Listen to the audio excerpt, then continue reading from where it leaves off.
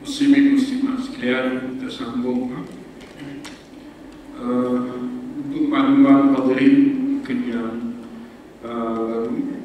Sebelum ni kuliah kita pilih-pilih ayat, pilih-pilih ayat. Tapi mulai tahun 2024 kita ambil pada awal dan kita sambung. Pada pertemuan lepas kita bincang surah Al-Fatihah. Pada kali ini kita masuk surah Al-Baqarah.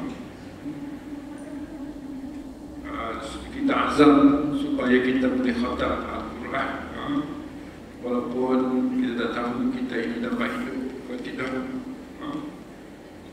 di masa yang kita boleh khatam, tapi azam kita tetap ada. Sebelum kita dijemput Allah, kita nak khatam Quran, sebab Quran ini pertuturan kita dengan Allah. Yang kedua, untuk kita lebih merasai berhubung kita dengan Allah, saya akan konsisten menggunakan empat langkah dalam memahami setiap ayat. Langkah pertama, kita sama-sama baca dan dapat pahala.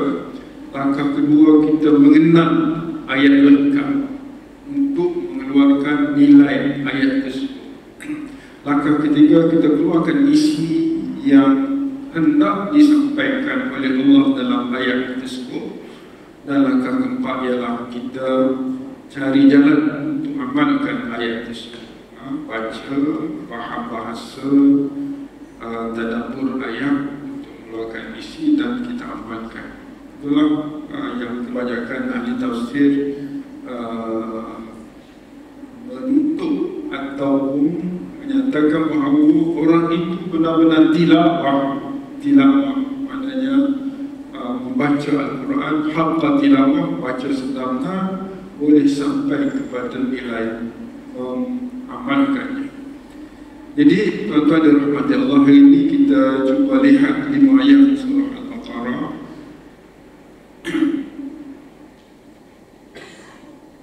Bila sama-sama kita baca, A'udzu billahi minasy syaithanir rajim.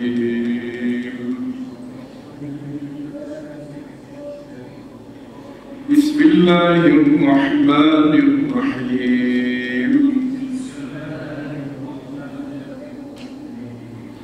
Alif Lam Mim. Dzalikal kitabu la raib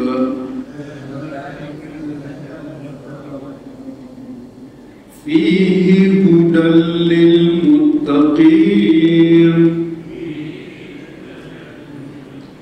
alladzina yu'minuna bil ghaib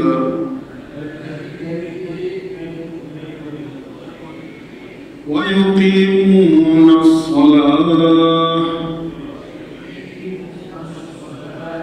wa mimma razaqnahum yunfiqun.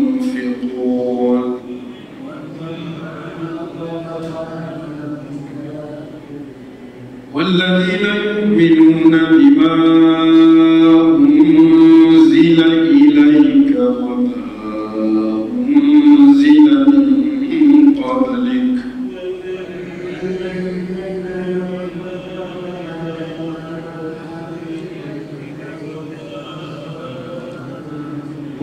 وبالآخرة هم يوقنون. أولئك على هدى من ربهم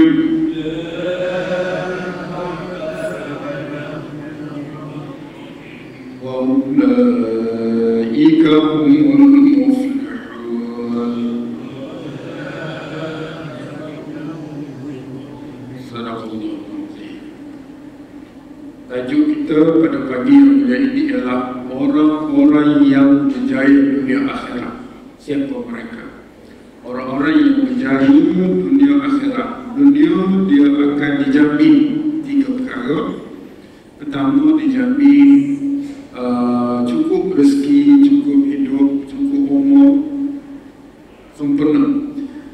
kedua dia dilepaskan sebarang musibah. Yang ketiga, Allah redha hidupnya, dan di akhirat nanti dia akan dimasukkan ke dalam surga dan dilepaskan daripada neraka. Inilah sifat-sifat mereka. Baiklah, bismillahirrahmanirrahim. Dengan nama Allah yang Maha Pemurah lagi Maha Penyayang. Alhamdulillahirabbil alamin wa bihi nasta'in. Wassalatu wassalamu ala Rasulillah wa ala alihi wa sahbihi ajma'in. Allahumma rabbana ishrah lana sadrana ya Allah lakal dan kami sekalian, yassir lana umurana, mudahkan segala urusan kami, waj'alna minal ladzina yastami'una al-qawla fayattabi'una ahsana. Kau jadikanlah kami semua ini ya Allah orang-orang yang selalu dan sentiasa mendengar, mempelajari ayat-ayat-Mu, kemudian mengambil apa-apa yang terbaik daripada pertemuan ini. Ulaika alladzina hadahumullah wa ulaika hum ulul albab. Mereka itulah orang-orang yang Allah telah beri hidayah kepada mereka, amin. Dan mereka itulah orang-orang yang hati mereka bersih, amin.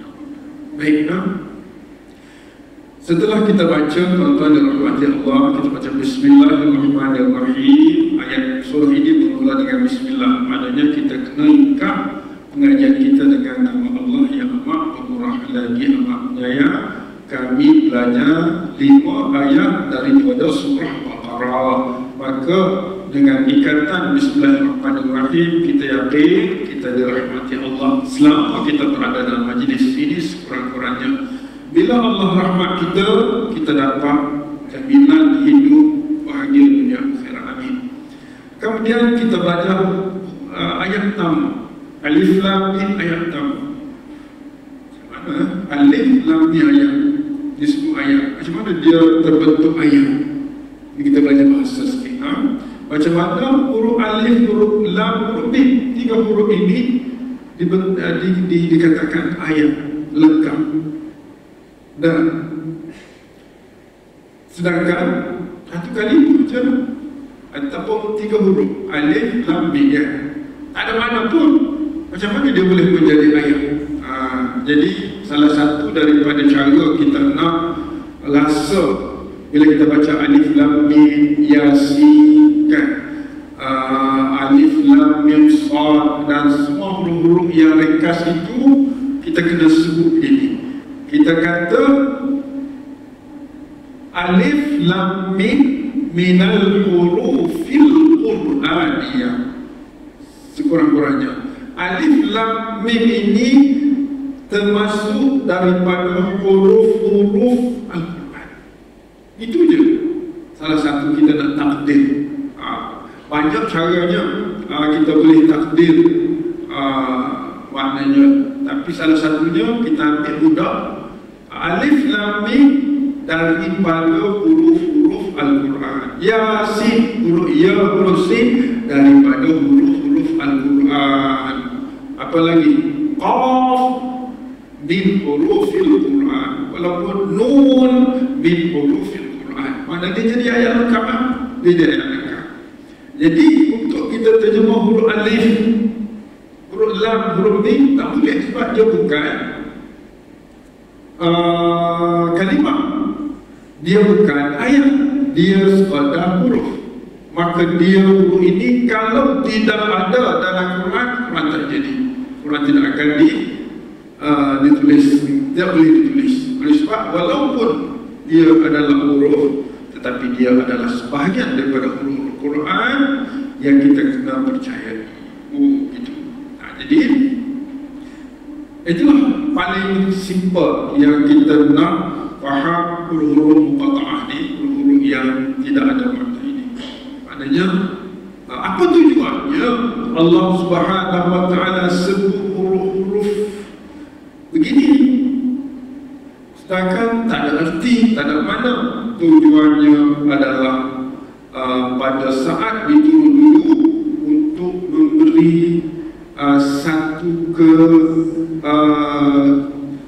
ejak, dia panggil rasa pelik, ejak, rasa pelik. Quran ini bercakap dengan suatu benda yang tidak ada makna, yang hanya didengar, menyebabkan orang Arab bila dengar Alif Lam Mim dia malu. Dah dengar apa nak Nabi nak cerita ni tentang Alif Lam Mim? Apa Nabi nak cerita tentang Yasin ni? Apa Nabi nak cerita tentang Qaf ni? Dan seterusnya. Jadi menyebabkan orang datang untuk mendengar sesuatu yang luar biasa. Macam kita duduk kelompok kita, bunyi satu suara yang keras pagi-pagi kita nak tengok apa berlaku pada tu. Tapi dia tidak berbentuk satu benda yang kita boleh faham kecuali kita tengok. Itu juga dalam ayat. Kita tidak boleh faham Alif Lam Mim kecuali kita baca satu surah. Baca, baru jumpa nilai Alif Lam Mim. Al-Baqarah, Alif Lam Mim Al-Baqarah. Apa nilainya? Kita tengok dalam ayat kedua. Itu nilai Alif Lam. Zalikal kitabu la raib. Kita ambil berhenti sini. Zalika al-kitab. Kitab itu, kita tengok, kitab itu. Kitab itu kita Al-Quran lah. Kitab Al-Quran itu sifat dia macam mana? Cerita tentang kitab Al-Quran itu. Kitab Al-Quran ini, dia punya berita tentang kitab Al-Quran ini. Dia panggil subjek. Kitab, dan dia kata kitab subjek. Kitab Al-Quran itu macam mana? La raib. Kena berhenti situ. Sifat dia macam mana? Khabar, berita tentang dia ialah la raib. Tidak boleh sedikit pun syak. Sikit pun tak boleh. Sebesar darah pun tak boleh. Langsung tak boleh syak. Apatah lagi menolak, syak pun tak boleh. Right. Macam mana kita nak faham dia tak boleh syak? Macam mana Ustaz terjemah, Ustaz tahu dia terjemah macam tu? La raib, kan? Sehingga boleh terjemah sikit pun tak boleh. Kat mana dia punya nilainya? Tanda dia setiap lam nafi yang datang selepas dia kalimah, dan kalimah itu isim, nama, kata nama, dan kata nama itu baris akhirnya di atas dia beri makna itu. La ilaha, kan?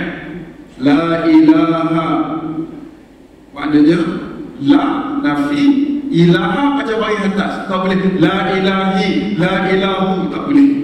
Wajib baca bagi atas. Maka setiap la yang datang selepasnya perkataan isim yang baris di atas, makna nilainya tidak boleh sedikit pun yang berlaku sebab itu. Kalau raib tak boleh syak. Kalau la ilaha tak boleh sembah illallah kecuali Allah. Sikit pun tak boleh.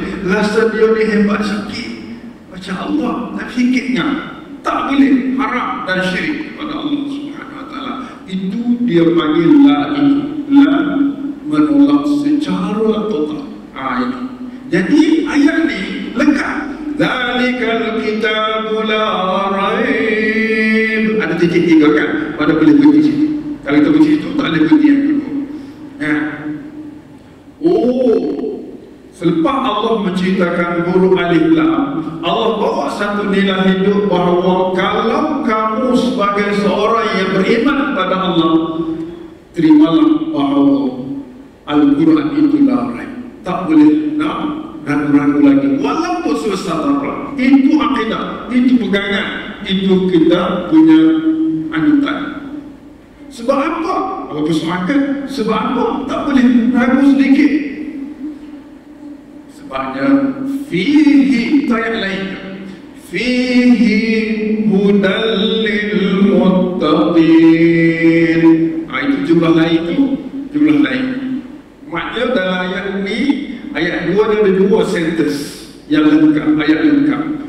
Fihi, ay fi dzalikal kitab. Di dalam kitab tersebut ada hudan, ada petunjuk. Itu yang tak boleh syaknya. Maknanya hudan itu penting, hidayah itu penting.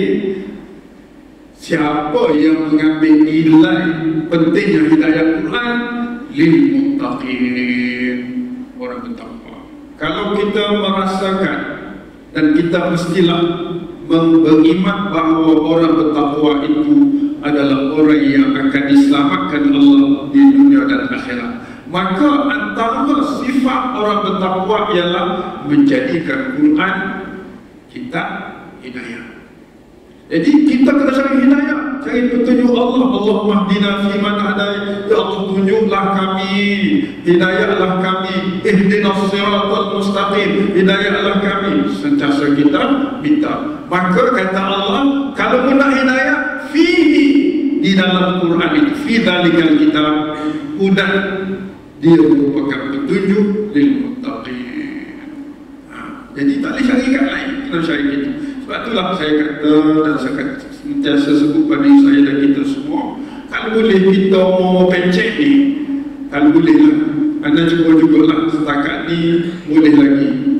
Apa dia?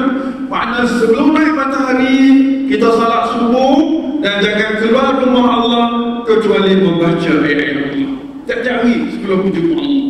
Kita duduk di rumah Allah, baca Quran sampai duha, sembahyang duha, haji umrah, baru kita balik rumah kerja lain. Boleh tak kita usaha begitu? Umur kita gini, boleh tak? Allahuakbar, masing-masing boleh jawab kan? Jadi anda wajibkan, takkan ditaklifkan 7 hari itu anda buat program ini. Di Masjid Syakirin anda buat 4 hari, tambah Masjid Jiran, dan 1 hari di tempat lain. Jadi cukup 7 hari, kecuali ada untuk itu macam mana kan? Jadi saya nak usaha di akhir umur saya nak mati dengan Al-Quran. Sebab Quran sahajalah yang memberi petunjuk untuk kita bertemu Allah Subhanahu Wa Taala. Boleh? Gitu. Jadi 2 ayat yang kita boleh baca, 2 simple sentence yang kita boleh dapat daripada ayat kedua surah Baqarah ni.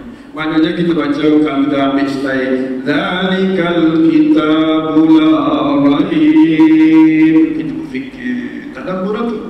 Oh, kitab ni tak boleh syak walaupun sikit. Kenapa tak boleh syak? Hebat Al-Quran, ya hebat. Sebab apa hebat? Fihi, di dalam kitab ini hudan, ada hidayah.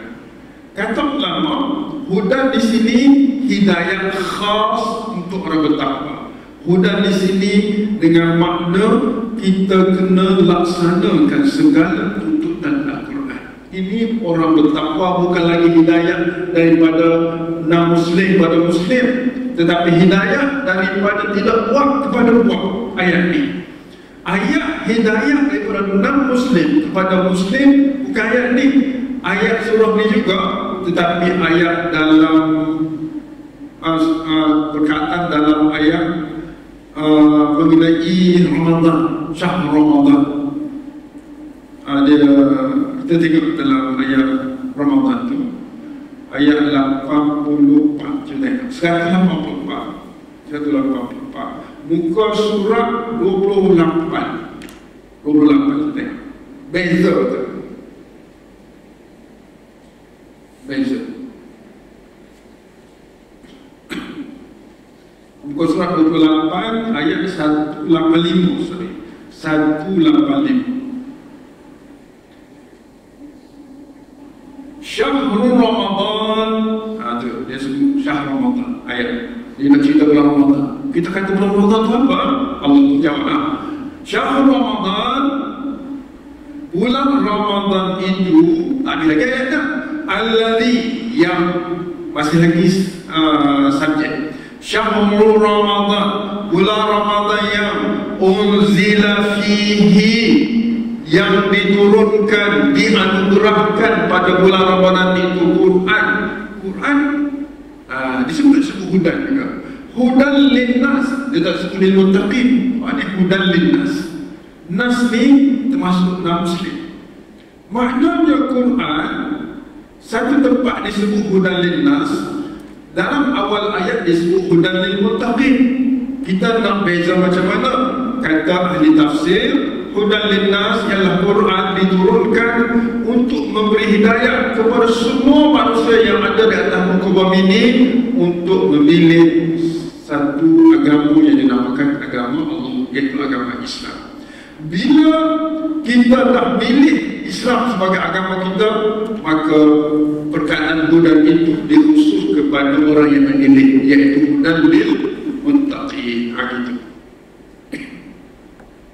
Maknanya ini dua, kata ulama ada dua lah, dua hidayah. Hidayah amma, maknanya non Muslim boleh baca Quran untuk mencari hidayah.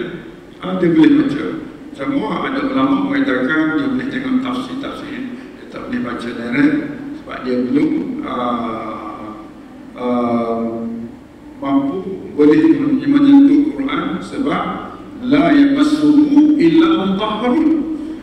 Tidak boleh menyentuhnya kecuali orang yang dibersih. Dan dalil itu Sayyidina Umar semasa dia nak baca Quran yang dibaca oleh adik dia, Fatimah kata, hai Umar, kalau kamu nak baca, pergi bersih diri dulu, baru boleh baca.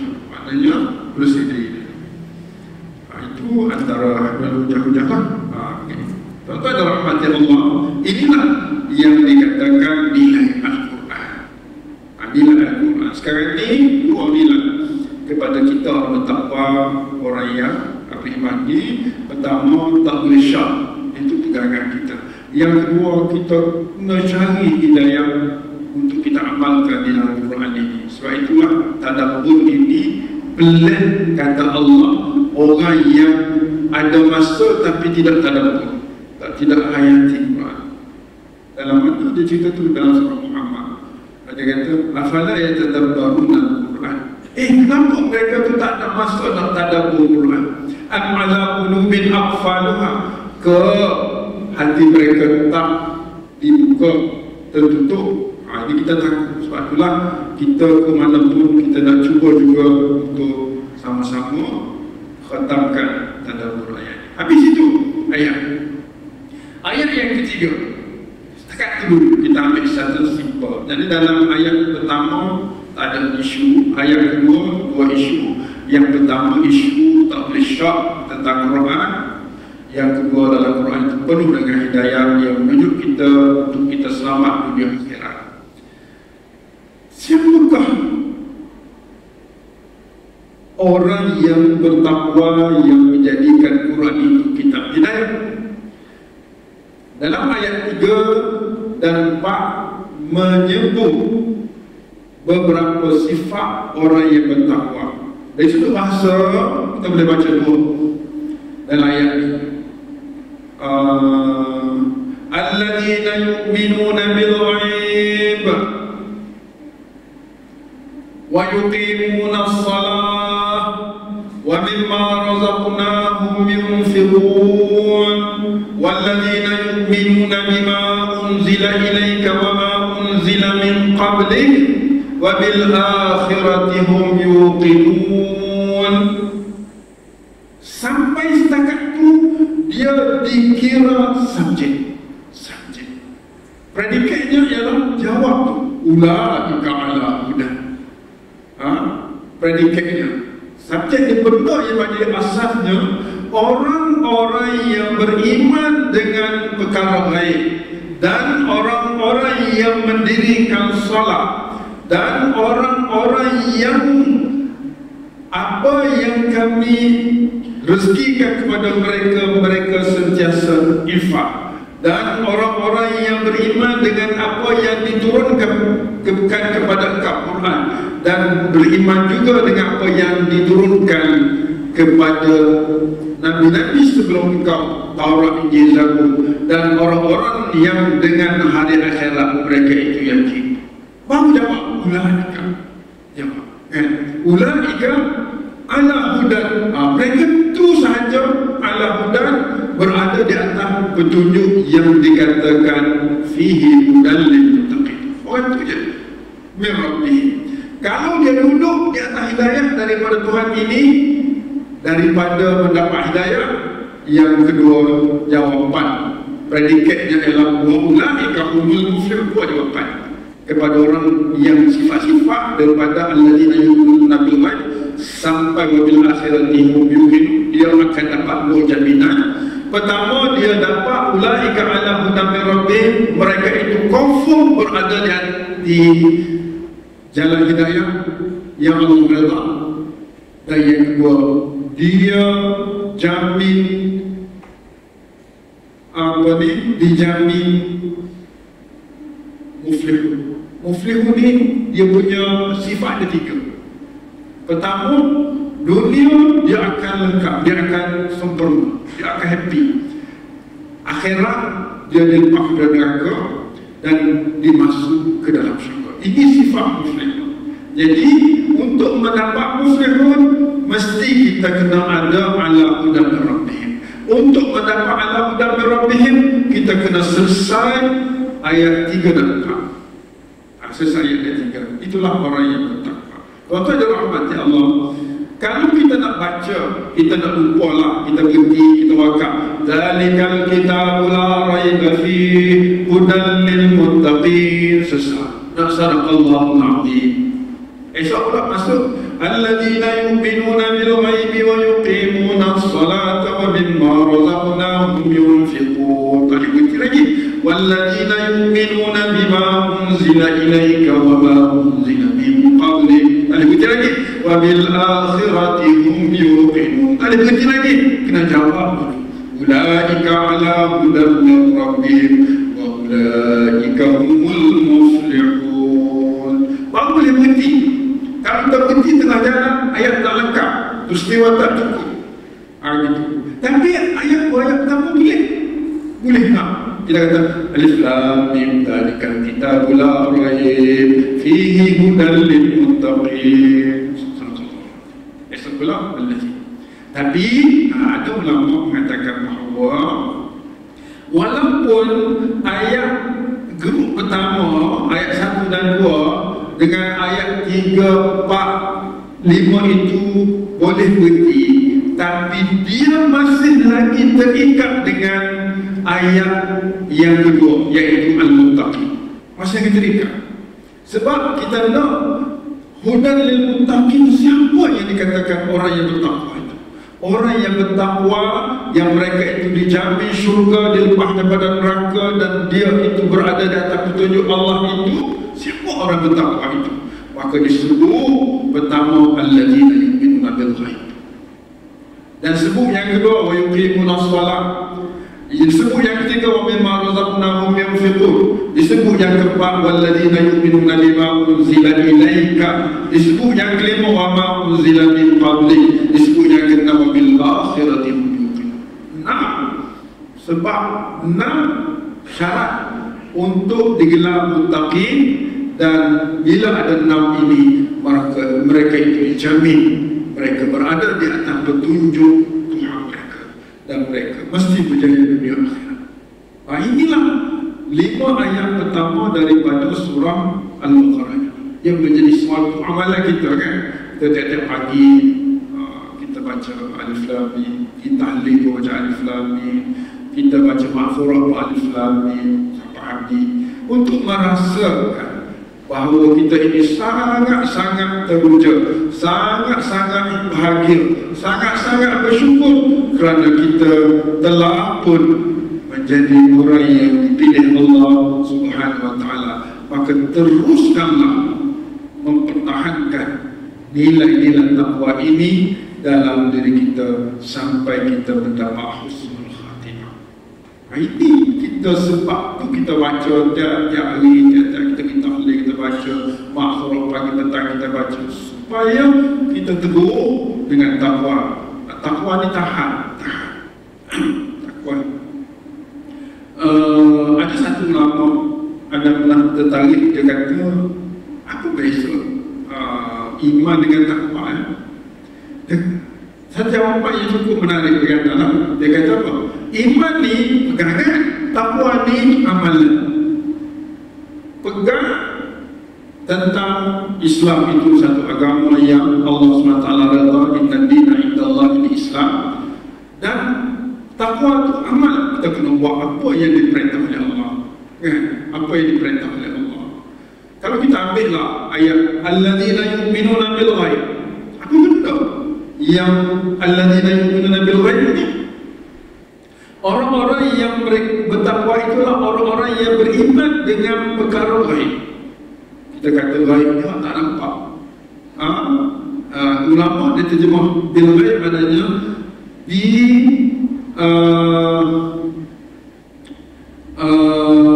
akhbaril ghaib, di akhbaril ghaib dia tak ketik itu. Bil ghaib maknanya dia letak lepas di sebelum al-ghaib satu kalimah bi akhbaril ghaib, dengan berita-berita yang ghaib. Macam apa? Macam syurga. Tak nampak syurga, kan? Orang yang beriman boleh masuk syurga. Syurga ni Allah sebut bima ainu ra'at, nikmat dia mata tak pernah tengok, nikmat syurga. Wala udhun sami'at, telinga tak pernah dengar, nikmat dalam syurga. Wala khatara ala qalbi bashar, dan tidak terlintas kita nak nampak syurga, ya Allah, kan? Nikmat-nikmat ni kita tak nampak, tapi kerana Quran cerita, kerana Nabi cerita, kita boleh terima. Inilah beriman. Lalu kerana kita beriman dengan baik, lalu Allah kata, kalau kamu nak masuk syurga, kamu sembahyang. Apa Allah cerita kepada kita? Aqimus salat wa atuz zakat. Allah kata, wahai orang-orang yang beriman dengan perkara baik, mu kena sembahyang ramai-ramai, mu kena beri zakat. Kita berkata sam'a wa ta'ata. Kita pun terus mengatakan, ya Allah, kami dengar dan kami taat. Terus kita solat. Inilah orang beriman dengan perkara baik. Dia bukan dengar saja, beriman saja, tapi dia laksanakan. Sebab itulah syarat yang kedua, kita tengok, lepas dia beriman dengan baik, wa yuqimu as-salat, dia orang-orang yang mendirikan sembahyang. Cuba tengok dalam ayat 3 tu, kenapa dia sebut yu'minuna bil ghaib, kemudian dia sebut wa yuqimuna as-salat, sembahyang, kemudian dia sebut wa mimma razaqnahum yunfiqun, sebut infak. Dalam kata yang lain, orang yang bertakwa, dia beriman dengan syurga, dengan neraka, dengan ada Allah, dengan ada malaikat, dengan setiap amal kita akan dihisab dan diletak dalam amalan kita, beriman semua. Maka kita kena ada hubungan dua hal. Pertama dengan Allah melalui salat, yang kedua sesama kita melalui infak. Maknanya ayat ketiga ini, setelah kita percaya ada Allah, ada akhirat, ada syurga, ada neraka, wajib kita berhubung dengan Allah melalui salat. Dan yang kedua, wajib kita berhubung sesama kita dalam infak. Maka itulah lengkap. Jadi untuk melengkapkan hubungan kita dengan Allah melalui salat, untuk melengkapkan hubungan kita dengan sesama kita, hablum minan nas ni, apa yang memandukan kita? Ayat yang keempat, walladzina yu'minuna bima, kena syarat dia, orang-orang itu kena beriman dengan apa yang diturunkan pada engkau, Quran, kan? Wa ma unzila min qablik, kena beriman juga dengan apa yang diturunkan sebelum daripada engkau, Taurat, Injil, Zabur.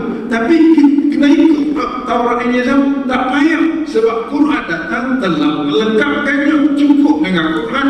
Tapi kena beriman bahawa Taurat, Injil, Zabur itu kitab yang diturun oleh Allah, yang pada waktu itu itulah kitab yang sempurna. Maka bila Quran datang, Quran melengkapkan, maka tidak boleh lagi mengikut kitab-kitab itu di zaman Nabi Muhammad sallallahu alaihi wasallam. Maknanya untuk berhubung dengan Allah, rujuklah Quran. Dalam ayat 4, untuk berhubung dengan sesama kita, rujuklah Quran. Sebab apa kena rujuk Quran? Kena berhubung dengan Allah, berhubung sama kita, sebab kita yakin wa bil akhirati hum yuqinun, kerana dengan akhirat itu mereka itu sentiasa yakin. Ayat ni seolah-olah gambaran hidup kita semasa di dunia. Menuju kepada akhirat, kena rujuk kitab Allah, dan kita kena ada hablum minallah melalui sembahyang, hablum minan nas melalui infak. Dan itulah yang dikatakan orang yang beriman dengan perkara. Dan kalau ada ini, kita merupakan orang yang bertakwa kepada Allah, dan sumber kita adalah hidayah kitab Allah. Lengkap ayat tuan-tuan dan rahmat. Kau pergi daripada atas ke bawah ke atas ke, dia akan membentuk satu rangkaian hidup yang cukup sempurna, yang kita happy. Quran ni kata ulama, bukan Dia kata kalaulah orang itu kenal Al-Quran dan dia menghayati begini, dia tidak ada satu saat pun dalam hidup dia tak happy. Dia akan happy dalam hidup dia. Kat mana kita nak baca ayat tu? Kat mana ayat yang bercerita tentang ini? Tuan-tuan boleh baca surah Yunus ayat 58 bercerita Qul bifadlillah, surah Yunus. Qul bifadlillah, wahai Muhammad, kau beritahu pada umatmu bifadlillah. Apa fadlullah? Ada Quran. Wa birahmatihi, dengan rahmat Allah. Apa rahmat Allah? Boleh duduk macam kita hari ini.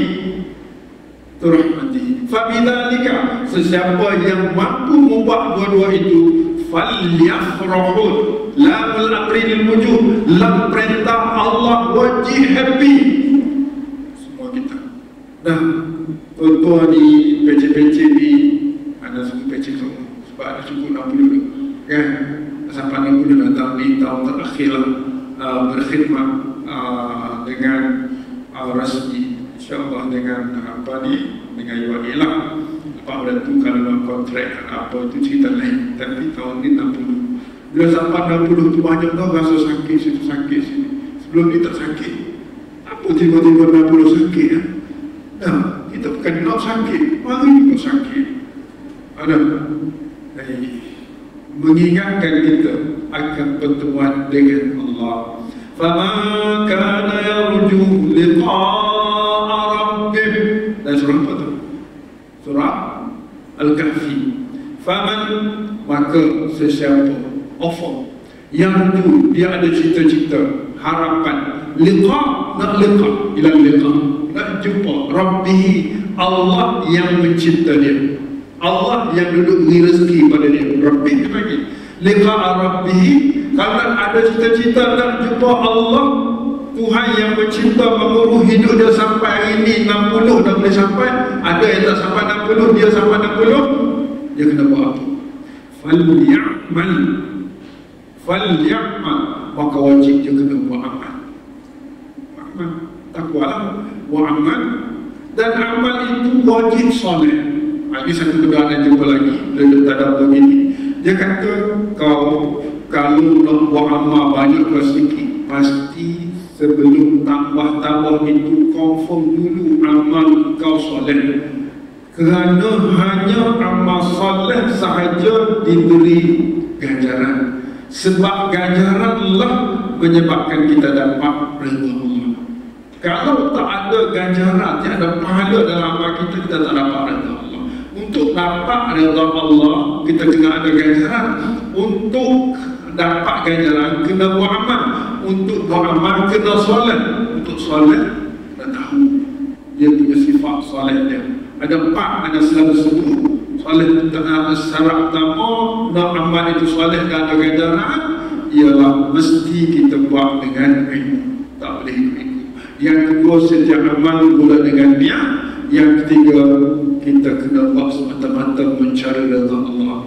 Dan yang keempat, kena istiqamah, sabar dalam melakukannya walaupun berdepan dengan macam-macam cabaran hidup, sampai kita mati. Inilah amal soleh. Kalau sesiapa yang ada 4 syarat ni, confirm amal dia itu soleh. Bila dia soleh, amal dia soleh, dia orang dinamakan orang soleh. Tak semestinya nampak orang soleh ni pakai jumpa kemudian sampai-sampai pula ya, kalau dia cuma syarat dah dia pakai jogging, dia boleh soleh dah. Yang penting itu tak orang semua gitu. Jadi itulah perkara yang tuan-tuan dirahmati Allah, kita boleh sama-sama menghayati dalam hidup kita, supaya kita menjadi orang yang sentiasa tambah amal kita. Setelah kita tahu yang kita buat kecil ni, contohnya hari ini kita duduk dalam majlis ni, kita buatnya ada pahala ada. Duduk dalam masjid ni, aku tadi daripada awal hari tak niat i'tikaf, boleh tak pahala? Dia amal soleh kan?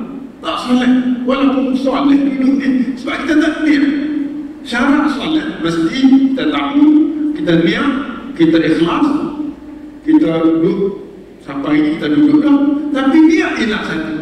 Okey, ada ulama mengatakan bahawa kita niat sekarang. Nawaitul i'tikaf i'tikaf fi hadzal masjid min awwalihi ila akhirih. Boleh daripada awal sampai akhir. Mana boleh pahala? Dia ada pahala bila berkumpul dia membentuk satu nilai rahmat dalam hidup kita. Bila kita dapat rahmat, samalah rahmat itu dengan perkataan al-muflih. Orang dapat muflih, orang dapat rahmat. Bila dapat rahmat, dunia Allah jaga, musibah Allah jauhkan, dan mati Allah redha dan Allah bagi syurga. Mudah-mudahan pertemuan kita pada pagi mulia ini, 5 ayat pertama ini dapat memberi satu kesedaran dan keinginan untuk berhubung dengan Allah, berhubung sesama kita melalui infak-infak, dan kita sentiasa rujuk kepada kitab Allah untuk kita mendapat hidayah, sebab kita yakin wabil akhirati hum yuqinun. Kita yakin kita nak jumpa Allah, dan sesiapa nak jumpa Allah kena beramal dan amal kena amal soleh dan tidak bersyirik pada Allah dengan sesuatu apapun. Subhanakallahumma wa bihamdika لا إله إلا أنت أستغفرك وأتوب إليك ونعوذ بالله من لساننا في خص إلا الذين آمنوا وعملوا الصالحات وتواصوا بالحق وتواصوا بالصبر. InsyaAllah pertemuan yang akan datang kita sambung ayat 6 berkaitan dengan orang yang ditutup hatinya kerana memilih jalan yang tidak saleh. Ditutup terus, pilih saja walaupun nak cuba-cuba